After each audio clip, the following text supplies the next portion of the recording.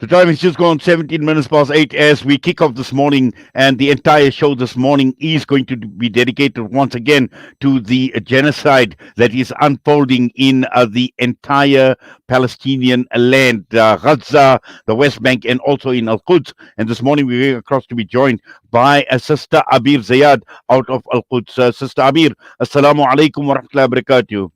Wa alaikum assalam.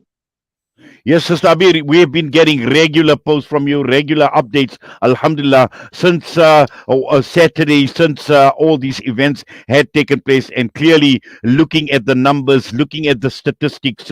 This morning, you spoke about Israeli bombing destroying more than 22,000 homes, 10 institutions, 48 schools, looking at the amount of martyrs, and also at the same time providing us with regular updates coming out of Al Quds and out of West Bank. And it is clear at this point in time that this genocide is not stopping, and it's getting more brutal as the days go by. Yeah, of course. Especially that you need to look to the Israeli media and to the Western media, that they are speaking first. Journalists speak that we are animals, and that they will deal with us as what we deserve as animals. And also, you can see that yesterday the Bitar, Yerushalayim Bitar, which is a football team, that all the football team with their the people that sharing for them, they go in the hospitals, try to find any wounded person, any injured person from the Palestinian, to kill him inside the hospitals. And you have received these videos why they was checking the hospitals to try to kill the Palestinian inside the hospitals. Also, they are saying in the media, the Israeli and the Western media, that the Palestinian had cut the head of the children and raped women, and this is something that did not happen at all. It just propaganda that they use it to justify it, what they are doing against Palestinian. Now, 60% of the people who had been killed in Gaza, they are children. And even here next to my home, when they shoot the guys, they are young men, they shoot them, they keep them bleeding till death in front of the people, and they did not give them any medical help. And they say that they have that they was attacking them with the stones. And of course, even if they was attacking them with the stones or protesting, that is not justifying what they are doing. Of course, Israel also cut all the supplies of water, electricity, everything from Gaza, and they are willing to kill 2 million people, and the word is silence and even justified what Israel are doing. They are claiming that what done by Hamas, it's caused what happened, and they forget the main source for all this, the main reason for all this, which is the apartheid, which is the occupation.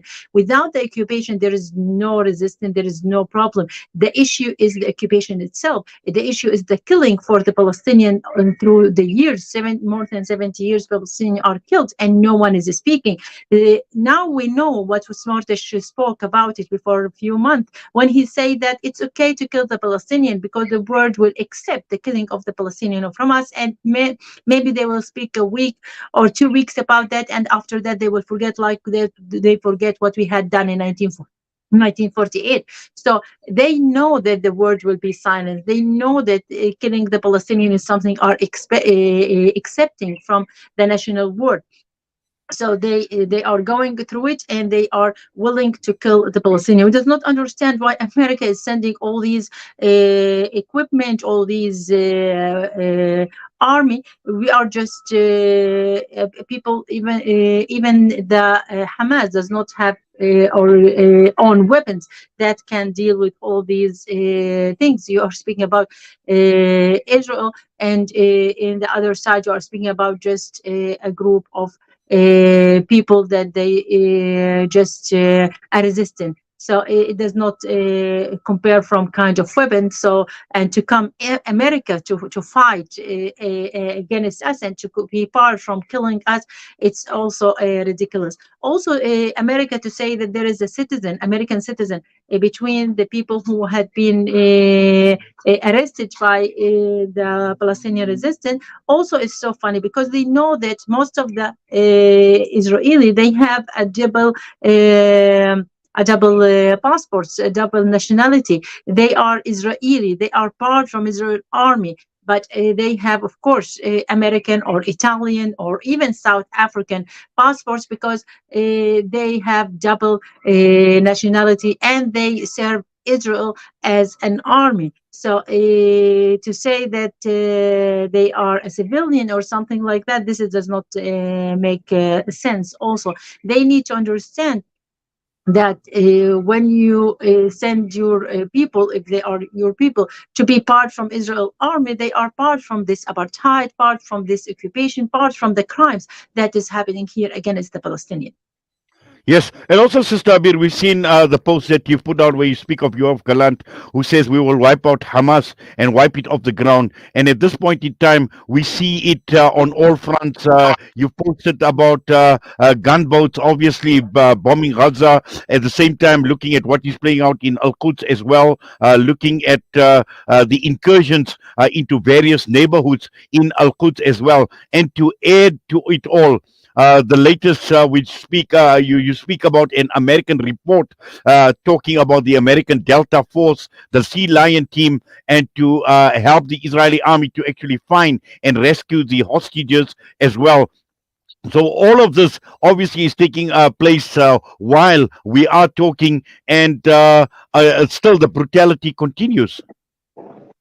And also they are punishing each Palestinian that they are speaking or on the social media or anywhere about feeling sympathy with what is happening in Gaza or other area. Anyone express his feeling, they going inside houses, they are arresting the people, they are kicking the people out from the university, from schools, from works. So they are punishing any Palestinian in Jerusalem in 1948 land that express their feeling. It's not allowed to even to be have a sympathy with the people that are killing. It's not allowed even to speak about the Israeli crimes. And anyone is doing that, they are arresting him. So it's this is the thing that is happening. They are attacking the houses in Jerusalem. Each day they are attacking different house, arresting different people. This is also when you speak about a democracy country, as the national word saying, this is just more evidence that there is no democracy country. This is apartheid. This is occupation, and this is what the world supposed to understand. We are very, very sorry to look to the world how they are a double standard. Even Ukraine, that they have a statement against us. It's not even understand how you are under occupation and you are saying that you are fighting for your freedom from Russia, and in the same time you are supporting another occupation. Does not make a sense at all. Yes, Sister Abir, just looking at people like yourselves, Palestinians, Palestinian families, particularly in Al Quds as well. What is your life like now on a day-to-day basis? How are families actually coping with what is playing all around you? It's very dangerous. Most of us does not go out from the houses because they are attacking the people in the street. Most of the people does not go to work. A lot of people had lost their works. Children are, of course, inside houses. There is no schools. Each day we are hearing shooting, attacking in the street around us. If any one of us go out, he will be part from the attacking. In the old city is the most dangerous place, and most of my family is living in the old city. They are attacking even inside the houses. Sometimes they attacked any youth in the street. Of course, also people are facing problem with the food. But even as much as we speak about that, you feel silly when you speak about all these problems that you are facing now in Jerusalem. When you compare it with the situation in Gaza, we feel shy to speak about our suffering or about the shooting or about killing some of us here. When you are speaking about what is happening in Gaza, we feel shame. There's a whole family had whipped out. When I speak with some of my friends, I speak with a journalist. His name is Hanil Agha, and I speak with him. Just yesterday, he told me that more than 30% from his family had been killed. and that he is now they are burying his family. And tonight he sent me another message that they killed another part from his family. I speak with another friend from a Najjar family, and when I call him, he say, "Oh, Abir, we had lost 20% from our family. We will bury them, and we will call you back." So it just you feel shy to speak about your suffering or what is happening here in Jerusalem or in the West Bank. When you are speaking with these people, when you are speaking about people that they lost their whole family, some of them then when they write, they lost all of them. When I speak with my friends, all of them had already lost their houses. They are sleeping now in the schools. One of my friends, she went back because they forget their birth, and she say that even some of them is they does not even with their situation they care also about the smallest thing that is connected them with their houses, like their animals or their pets, and they go back even with the pumping to try to save their animals, which is it's very hard to understand it. There is a journalist, her name is Salam, and it was announced that she died with her children and her husband. And after they buried her husband, after 30 hours under the collapse, her father, because he was so desperate, he was crying, he was hoping anything happened. So he tried to call her on the phone, even that he know that she's already dead. And when he called the phone, she answered from under the collapse. She said that she's still alive and her children is alive. And after 30 hours they start digging to try to take her out. And you know that there is no equipment for digging. There is Israel is even shooting them and bombing these rescue groups.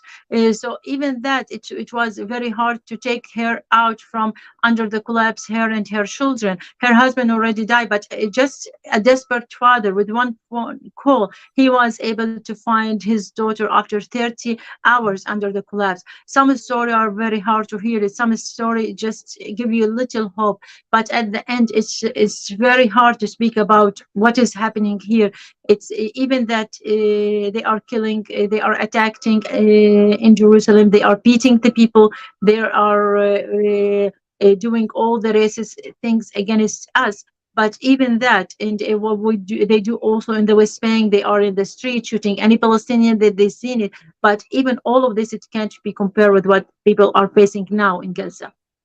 Well, Sister Abir, we must say Jazakallah to you, and obviously it is heartbreaking just hearing what you are saying, because you are on the ground, you know exactly what is happening, and also at the same time being in contact with some of the people you are in Gaza, and I'm sure very, very heartbreaking for you as well. But we must say Jazakallah to you for coming on and providing us with these regular updates, inshallah, and I'm sure we will connect more from time to time to get these updates from you. We make dua that Allah subhanahu wa ta'ala keep you safe, your family safe, and also all of the people of Palestine. And we make dua that Allah subhanahu wa ta'ala grant us victory, inshallah, and we see this victory in our lifetime. We continue making dua and we continue urging the entire Muslim Ummah to make dua for the people of Palestine, inshallah. Once again, Jazakallah for your time. Assalamu alaikum wa rahmatullahi wa barakatuh. Alaikum assalam. That is Sister Abeer Zayyad, and I've just seen a post come through from someone by the name of John Andrew responding to this, saying karma is real. Now this is exactly what we are talking about, where we're talking about genocide, where we see about brutality that is unfolding, and at the end of the day, you get a post like this: karma is real. This is not karma. This is about a brutal, Zionist, hateful, supremacist regime that will not stop. And this is also about a leader who is the face of a frightened, humiliated gangster. And this is exactly who Benjamin Netanyahu is. This is exactly what this Zionist regime is about. This is what this how this hateful, brutal ideology is all about. And all of this playing out under our very own eyes. All of this playing out in a world that claims to be democratic, but also a world that is supportive of this brutal occupation that has been taking place for the last 75 years. So this is not karma, John Andrew. This is reality. This is what the Palestinians are faced with. The time is just gone 8:32. We're coming back. We'll be joined by Dr. Sami Al-Aryan. What is the worst thing that Palestinians can do in their ongoing war against Israel? How about this? Decapitate babies. Israeli babies, put them together and put tires around them and set them all on fire. Then rape their mothers. I mean, who believes this? And it's so easy, really, to know whether this happened or not. Number one, do you have evidence? Anadolu news agency contacted the Israeli army and they said, do you have evidence? And they said, nothing confirmed so far. So why is everybody talking about it? There's another reason of why this cannot possibly happen, is that there is no history of Palestinians raping women. There is a massive, well-documented history of Israeli soldiers raping Palestinian women going as early as the Nakba of 1948. Why did we decide to switch roles all of a sudden? You're the defender of women and we are the rapists? That doesn't seem right. But there is another thing that's quite interesting, is that the Hamas political discourse, starting with Muhammad al-Daif, the head of Al-Qassam, and many of the soldiers and commanders who were part of Al-Aqsa flood operation, is we are Muslims, we do not hurt women. We are Muslims, we do not hurt children. So the Palestinians must have anticipated that the Israelis are going to use that kind of propaganda. But if the Israeli propaganda is so predictable and so ridiculous and is not supported by any real evidence, since the Palestinians, for whatever reason, burned the DNA of their evil deed, then why is everybody talking about it? It's very simple. This is how Israeli propaganda works. They come up with the most outrageous lie. That lie dehumanizes the other side completely. So Americans start running around referring to Palestinians as baby killers and rapists, right? And that gives Israel the chance to do as it pleases, because nobody is going to stand in solidarity with baby killers, right? So that is the Israeli propaganda. And another thing that they do is that they prevent people like me and others like me from ever reaching mainstream corporate media to tell them that this is not true and to refute such lies. That's how it works. Don't allow Israel to control the narrative. Breaking stereotypes, moving boundaries,